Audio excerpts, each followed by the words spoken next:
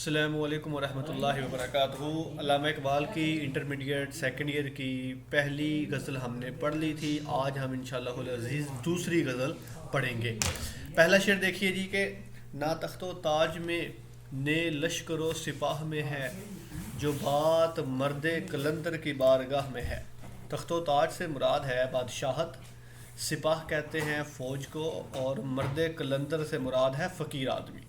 یہاں پر فقیر سے مراد کوئی مانگنے والا نہیں ہے، بلکہ اقبال کا مرد قلندر، مرد مومن کا کانسیپٹ، یا پھر شاہین، مرد حق، یہ سارے کانسیپٹ جو ہیں ملتے جلتے ہیں۔ مفہوم دیکھیں شعر کا، بڑے بڑے لشکروں اور بادشاہوں کے دربار میں بھی وہ بات نہیں ہوتی جو مرد قلندر کی بارگاہ میں ہوتی ہے۔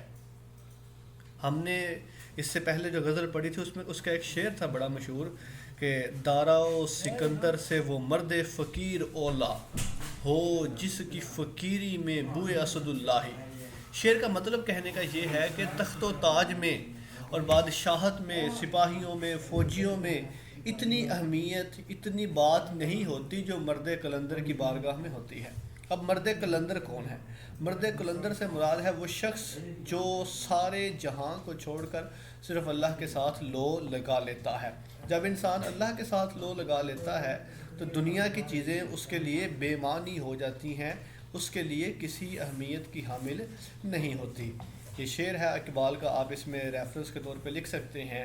حالات کے قدموں پہ قلندر نہیں گرتا، ٹوٹے جو ستارہ تو زمیں پر نہیں گرتا، گرتے ہیں سمندر بڑے شوق سے دریا میں، لیکن کسی دریا میں سمندر نہیں گرتا۔ اور پھر مرد قلندر پر یا پھر مرد مومن، مرد حق پر اقبال کا یہ شعر بھی آ سکتا ہے، تمنا درد دل کی ہو تو کر خدمت فقیروں کی، نہیں ملتا یہ گوہر بادشاہوں کے خزینوں میں۔ اوکے جی، چلتے ہیں جب ہم دوسرے شعر کی طرف۔ صنم گدا ہے جہاں اور مرد حق ہے خلیل، یہ نکتہ وہ ہے کہ پوشیدہ لا الہ میں ہے۔ صنم کدا یا بت کدا کا مطلب ہوتا ہے بت خانہ، اور مرد حق سے مراد ہے سچا آدمی۔ یہ مرد حق اور اس سے پچھلے شعر میں مرد قلندر کی جو بات کی گئی ہے، دونوں سے مراد اقبال کا شاہین ہے۔ اور خلیل سے مراد حضرت ابراہیم علیہ السلام کا لقب ہے، ان کو قرآن نے خلیل اللہ کے نام سے یاد کیا ہے۔ خلیل اللہ، اللہ کا دوست، اس سے مراد ہے۔ اب دیکھیں یہاں پر چھوٹی سی سٹوری سمجھیں۔ حضرت ابراہیم علیہ السلام وہ ہیں جنہوں نے بتوں کو توڑا تھا۔ ایک واقعہ آتا ہے قرآن پاک میں بھی، اس کا ذکر ہے کہ حضرت ابراہیم کی قوم ایک دفعہ کسی میلے پہ جانے لگی تو انہوں نے کہا ابراہیم آپ بھی چلیے۔ حضرت ابراہیم نے کہا نہیں میں نہیں جاؤں گا، میں بیمار ہوں۔ انہوں نے کوئی ایکسکیوز کیا، جانے سے انکار کر دیا۔ اب حضرت ابراہیم کی قوم میلے پہ چلی گئی، بعد میں حضرت ابراہیم نے کلہاڑا لیا، بت خانے میں گئے، سارے بتوں کو توڑ دیا۔ اس میں پوری تفصیل آتی ہے کہ پہلے انہوں نے پوچھا کہ کھاتے کیوں نہیں، بولتے کیوں نہیں، پھر انہوں نے توڑ دیا، اور جو کلہاڑا تھا وہ ایک بڑے بت کے کندھے کے اوپر رکھ دیا۔ قوم واپس آئی، جا کے دیکھا بت خانے میں سارے بت ٹوٹے ہوئے ہیں، کلہاڑا جو ہے وہ بڑے بت کے کندھے پہ ہے۔ انہوں نے کہا کس نے یہ کام کیا؟ ایک کہنے والے نے کہا کہ ایک ابراہیم نامی نوجوان ہے، اس کو سنا تھا وہ ہمارے بتوں کے خلاف نا اس طرح کی باتیں کرتا ہے، لگتا ہے اسی کا کام ہے۔ حضرت ابراہیم کو بلایا گیا، حضرت ابراہیم نے کہا جس کے کندھے پہ کلہاڑا ہے اسی نے توڑے ہوں گے، میں نے تو نہیں توڑے۔ قوم کو سمجھ آ گئی، لیکن خیر انہوں نے اس ایکسکیوز کو نہ مانا اور ان کے خلاف مقدمہ درج کیا۔ واقعہ آگے پھر پوری تفصیل آتی ہے، ان کے لیے آگ جلائی گئی۔ وہ قرآن کہتا ہے کہ ہم نے آگ کو حکم دیا، یا نار کونی بردم و سلام علی ابراہیم، اے آگ سلامتی والی ہو جا، ٹھنڈی ہو جا ابراہیم کے لیے۔ اچھا بس اتنا سا واقعہ۔ اقبال کہتا ہے کہ صنم کدا ہے جہاں، کہ یہ جو جہان ہے، یہ جو دنیا ہے، یہ دنیا ایک بت خانہ ہے، اور مرد مومن وہ ہے جو حضرت ابراہیم کی سنت کی پیروی کرے، اور یہی لا الہ کا راز ہے۔ یعنی کہ لا الہ میں یہ راز چھپا ہوا ہے کہ یہ دنیا بت خانہ ہے، اور مرد مومن وہ ہے جو حضرت ابراہیم کی سنت کی پیروی کرے اور کیا کرے، ان بتوں کو توڑ دے۔ جس طرح حضرت ابراہیم نے بتوں کو توڑا تھا، اسی طرح اس جہان میں رہتے ہوئے انسان کو بت توڑنے ہوں گے۔ اب وہ بت کئی طرح کے ہو سکتے ہیں، ہماری انا کا بت ہو سکتا ہے، ایگو کا بت ہو سکتا ہے، اس کے بعد ہماری دولت کا بت ہو سکتا ہے، اور کئی طرح کے بت ہو سکتے ہیں۔ علامہ اقبال نے حضرت ابراہیم پر جو شعر کہا تھا، یہ بھی آپ ریفرنس میں کوٹ کر سکتے ہیں: آج بھی ہو جو ابراہیم سا ایماں پیدا، آگ کر سکتی ہے اندازے گلستاں پیدا۔ لا الہ کیا ہے؟ کہ کوئی معبود نہیں سوائے اللہ کے۔ یہ اس پہ سورۃ اخلاص بھی پوری ریفرنس میں کوٹ کی جا سکتی ہے۔ اللہ کے علاوہ کوئی معبود نہیں، یعنی کہ اللہ جو ہے وہ سپرلیٹو ہے، وہ سب سے اوپر ہے۔ اس کی بات جب آ جائے گی تو کسی بت کی پوجا نہیں کی جائے گی۔ جس طرح ظاہری طور پہ بت کی پوجا نہیں کی جا سکتی اللہ کے علاوہ، اس طرح اللہ کے حکم کے علاوہ، اللہ کے حکم کے آگے بھی کسی بت کو نہیں رکھا جا سکتا، کسی بت کو اس سے زیادہ اہم نہیں سمجھا جا سکتا۔ تو یہ تھا ہمارا آج کا دوسرا شعر۔ تیسرا شعر دیکھیے: وہی جہاں ہے تیرا جس کو تو کرے پیدا، یہ سنگ و خشت نہیں جو تیری نگاہ میں ہے۔ سنگ سے مراد ہے پتھر، یہ سنگ مرمر بھی آپ لفظ بولتے ہیں، خشت کہتے ہیں اینٹ کو، بٹا خشت لفظ بولا جاتا ہے، نگاہ سے مراد ہے نظر۔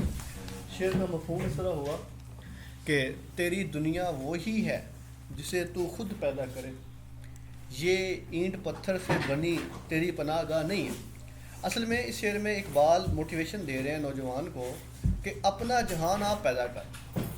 وہ ایک مشہور ہے، فیس بک کا یہ شعر ہے کہ مانگی ہوئی جنت سے جہنم اچھی، ویسے کہنا تو نہیں چاہیے لیکن اس کا مطلب یہ ہے۔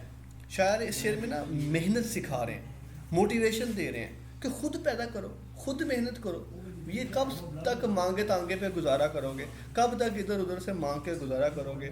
کب تک لوگوں کے آگے بھکاری بنتے پھرو گے، ترلے کرتے رہو گے؟ خود پیدا کر۔ وہی جہاں ہے تیرا جس کو تو کرے پیدا، یہ سنگ و خشت نہیں، یہ اینٹ پتھر جو تیری آنکھ کے سامنے نظر آ رہے ہیں، تیری نگاہ کے سامنے نظر آ رہے ہیں، اصل یہ چیز نہیں ہے، اصل وہ چیز ہے جو تو خود پیدا کرتا ہے۔ اقبال کا شعر ہے نا کہ دیار عشق میں اپنا مقام پیدا کر، نیا زمانہ نئے صبح و شام پیدا کر، اور نہ تو زمین کے لیے ہے نہ آسماں کے لیے، جہاں ہے تیرے لیے تو نہیں جہاں کے لیے۔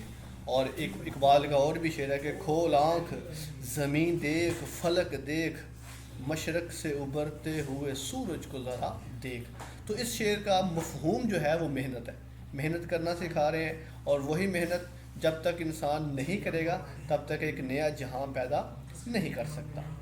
شعر نمبر 4 ہے جی: ماہو ستارہ سے آگے مقام ہے جس کا، وہ مشت خاک ابھی آوارگان راہ میں ہے۔ ماہ کہتے ہیں چاند کو، ستارے سے مراد ستارہ ہے، مشت خاک، مشت کہتے ہیں مٹھی کو، اور خاک سے مراد ہے مٹی، مشت خاک سے مراد ہے انسان، آوارگان راہ سے مراد ہوا راستے میں بھٹکنے والی۔ مفہوم ہے شعر کا کہ مٹھی کی خاک یعنی کہ انسان، کہ جس کا مقام چاند ستاروں سے بھی آگے ہے، وہ تو ابھی راہ میں بھٹکتی پھر رہی ہے۔ یعنی کہ انسان کی اہمیت کیا ہے؟ انسان کی اہمیت یہ ہے کہ انسان کا مقام و مرتبہ چاند ستاروں سے بھی آگے ہے۔ اس کی سمجھے آپ کہتے ہیں کہ چاند ستاروں سے آگے کیسے ہے؟ آپ دیکھیں پوری دنیا خدا نے کن کہہ کر بنائی ہے، خدا نے کہا کن ہو جا فیکون، وہ ہو گئی۔ لیکن جب انسان کو بنانے کی باری آئی تو خدا نے خود اس کو اپنے ہاتھوں سے بنایا ہے، یہ ہے اس کا مقام و مرتبہ۔ اگر آپ اس کا فزیکلی ایگزامپل آپ نے دیکھنی ہے تو معراج النبی اس کی ایگزامپل ہے۔ معراج کی رات میں اللہ کے نبی کہاں تک گئے تھے؟ اس مقام پر گئے تھے کہ جہاں جانے سے فرشتوں کے بھی پر جلتے ہیں۔ ایک مقام وہ آیا تھا کہ حضرت جبرائیل نے کہا تھا کہ نہیں، آگے اس کے بعد میں نہیں جا سکتا، میرے پر چلتے ہیں۔ اس مقام تک ایک بشر گیا ہے، ایک عبد گیا ہے، یہ ہے مقام و مرتبہ۔ لیکن اقبال کہہ رہے ہیں کہ وہ مشت خاک جو ہے، وہ جو ہاتھ کی مٹی ہے، وہ ابھی راستے میں ہے۔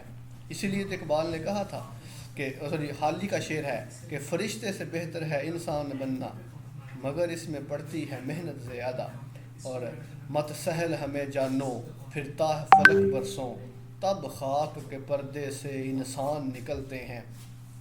اور اقبال کا شعر ہے کہ عروج آدم خاکی سے انجم سہمے جاتے ہیں، کہ یہ ٹوٹا ہوا تارا مہ کامل نہ بن جائے.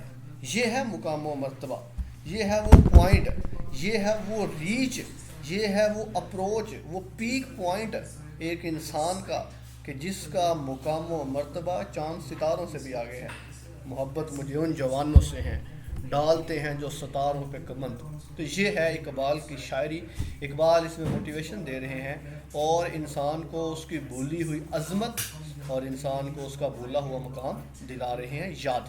اوکے جی، نیکسٹ شعر کی طرف چلتے ہیں. 5واں شعر ہے: خبر ملی ہے خدا یانے بحر و بر سے مجھے، فرنگ رہ گزر سیل بے پناہ میں ہے. خدا یان سے مراد ہے انتظام کرنے والے، اور بحر و بر سے مراد ہے خشکی و تری. فرنگ سے مراد ہے انگریز، اور سیل بے پناہ سے مراد ہے بہت زیادہ سیلاب. راہ گزر سے مراد ہے راستہ. خشکی اور تری کے نگہبانوں سے، یعنی کہ خشکی اور تری یعنی کہ مراد سارے لوگوں نے، نگہبانوں سے مجھے یہ خبر ملی ہے کہ یورپ جو ہے وہ بے پناہ سیلاب کے راستے میں بیٹھا ہوا ہے. کیا واقعی کوئی سیلاب آنے والا یورپ میں؟ نہیں.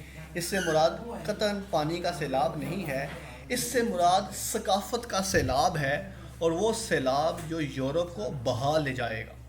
یورپ والے ماڈرنزم کے نام پہ، مٹیریلزم کے نام پہ، مادیت پرستی کے نام پہ، انوینشن کے نام پہ، یا پھر آپ اس کو کہہ لیں ترقی کے نام پہ، ڈیولپمنٹ کے نام پہ، انہوں نے ایک ایسا کلچر ڈیولپ کر لیا ہوا ہے کہ یہ معاشرہ، اس کی بنیادیں کھوکھلی ہو چکی ہیں. مثال کے طور پہ فیملی سسٹم کافی زیادہ ڈسٹرب ہو چکا ہے یورپ میں. یہاں پر ایشیا کا فیملی کلچر پھر بھی کسی حد تک مضبوط ہے، رشتوں کی خبر ہے، لیکن یورپ کا فیملی کلچر ڈسٹرب ہو چکا ہوا ہے. مورل ویلیوز جو ہے وہ بڑی گر چکی ہوئی ہیں.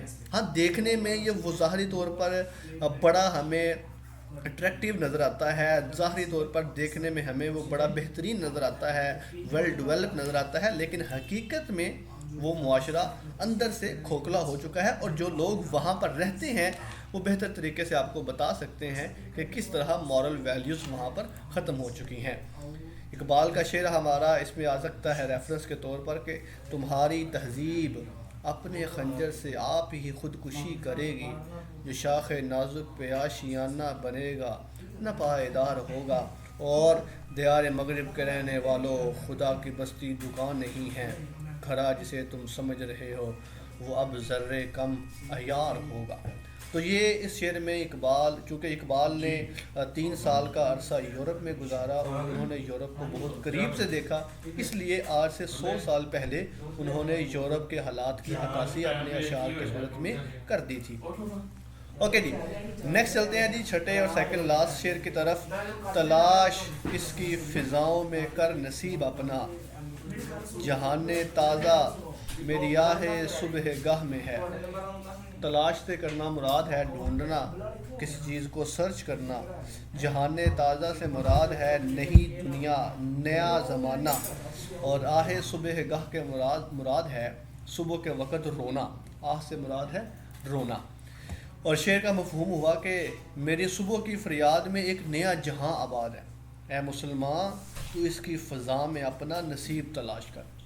اس شعر میں اقبال جو ہیں وہ تہجد کہہ لیں، صبح کے وقت کو کہہ لیں، وقت کی اہمیت کو بیان کر رہے ہیں کہ جب تک تم صبح اٹھ کے اپنی ارلی مارننگ خدا کو یاد نہیں کرو گے تب تک تم لائف میں آگے نہیں بڑھ سکتے.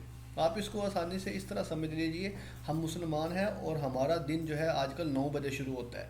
کامیابی کا لیول یہ ہے کہ آپ اپنا دن 9 بجے کی بجائے 3 بجے 4 بجے شروع کریں. اسلام اسی کو موٹیویٹ کرتا ہے. فجر کی نماز دیکھ لیں، ہماری آج کل 6:30 بجے تک ہو رہی ہے. تہجد اگر ہم شروع کریں تو تہجد 5 بجے شروع ہو جاتی ہے. یعنی کہ 5 بجے دن شروع کرنا ہے. یہ ہے وقت کی اہمیت. اور صرف اٹھنا نہیں ہے بلکہ اس وقت اٹھ کے یاد کرنا ہے اور اپنے آپ پر فوکس کرنا ہے.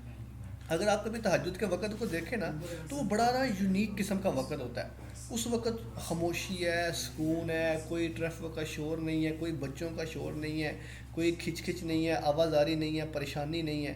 ایک خاص قسم کا فوکس بنتا ہے اس وقت میں. اچھا، صرف اسلام نہیں ہے، آپ کسی بھی مذہب کو دیکھ لیں، وہ جو یونیک وقت ہے نا فجر سے پہلے کا، سورج طلوع ہونے سے پہلے کا وقت، وہ سب مذہب والوں کے لیے بڑا اہم ہے. اور صرف مذہب کے طور پہ نہیں، آپ اس کو ہیلتھ کے طور پہ دیکھ لیں، فزیک کے طور پہ دیکھ لیں، اس کو معاشرے کے طور پہ دیکھ لیں. قومیں اس وقت ترقی کرتی ہیں جب اپنے وقت کی اہمیت کو پہچانتی ہیں. تو یہاں پر بھی اقبال کہہ رہے ہیں، بلکہ ہم نے جو پہلی غزل میں شعر پڑھا تھا وہ اس کے ریفرنس میں آ سکتا ہے. عطار ہو، رومی ہو، رازی ہو، غزالی ہو، کچھ ہاتھ نہیں آتا بیاہ سحر گاہی. کہ جب تک صبح کے وقت اٹھ کے روئیں گے نہیں تب تک کچھ بھی ہاتھ نہیں آئے گا. اور یہ پھر شعر ہے اقبال کا کہ جوانوں کو میری یاہ سحر دے، پھر ان شاہین بچوں کو بالو پر دے، خدایا آرزو میری یہی ہے، میرا نور بصیرت عام کر دے. اوکے جی، بڑھتے ہیں جی آج کے لاسٹ لیکچر کی طرف، لاسٹ شعر کی طرف. کہ میرے کدو کو غنیمت سمجھ کے بادائے ناب، نہ مدرسے میں ہے باقی نہ خانقاہ میں ہے. کدو یا کدو وہ بڑا پیالہ ہوتا ہے جو کدو کے شیپ کی طرح کا ہوتا ہے، اور اس کے جو چھلکے ہیں وہ اتار کر اس کو اندر سے شراب بنانے کے لیے استعمال کیا جاتا ہے. پرانے وقتوں میں فقیر لوگ بھی استعمال کرتے تھے. یہ بڑے سائز کا ہوتا ہے تھوڑا سا، اور اس کے اندر آپ کہہ لیں کہ ہم شراب بنتی تھی. اور بادۂ ناب سے مراد ہے خالص شراب. مدرسہ اصل میں اسکول کو کہتے ہیں. یہاں پر ہمارے ہاں ٹرم یہی سمجھی جاتی ہے کہ مدرسے سے مراد اور جہاں پر حافظ ہوتے ہیں یا قاری صاحب ہوتے ہیں وہ مدرسہ ہوتا ہے. پرانے وقتوں میں اسکول کو مدرسہ کہتے تھے. آج بھی اسکول کو، یہ تو انگلش کا لفظ ہے نا SCHLL اسکول، اس کو اردو میں ٹرانسلیٹ کریں تو یہ مدرسہ بنتا ہے. اور خانقاہ سے مراد درویشوں کے رہنے کی جگہ. مطلب دونوں سیٹ اپ کو ڈسکس کیا ہے اقبال نے، دینی اور دنیاوی کو. پہلے لائن کا مطلب سمجھے کہ میں اپنے کدو میں جو تم کو خالص شراب پلا رہا ہوں نا، اس کو غنیمت سمجھ، کیونکہ ایسی شراب ہے جو تجھے نہ مدرسے سے ملے گی نہ کسی خانقاہ سے ملے گی. اب شراب سے کیا مراد؟ کیا واقعی شراب پلا رہا ہے اقبال؟ نہیں، یہاں پر لفظوں کی شراب ہے.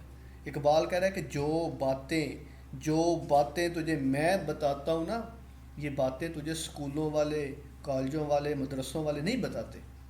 یعنی کہ جو لفظوں کو شراب جو ہے، جو لفظوں کو گول کر میں تجھ کو پلا رہا ہوں، جو لفظ جو ہیں وہ تجھ کو میں سکھا رہا ہوں، جو معرفت کی باتیں میں سکھاتا ہوں، وہ اسکولوں، کالجوں اور مدرسوں میں نہیں ملتی. کیونکہ اسکول کالج کا ماحول ہی اور ہے. اسکول، کالجز، یونیورسٹیز یا پھر مدرسوں کا ایک خاص سیٹ اپ ہے، ایک خاص ماحول ہے. فقیروں کے ہاں یہ بات نہیں ہوتی ہے.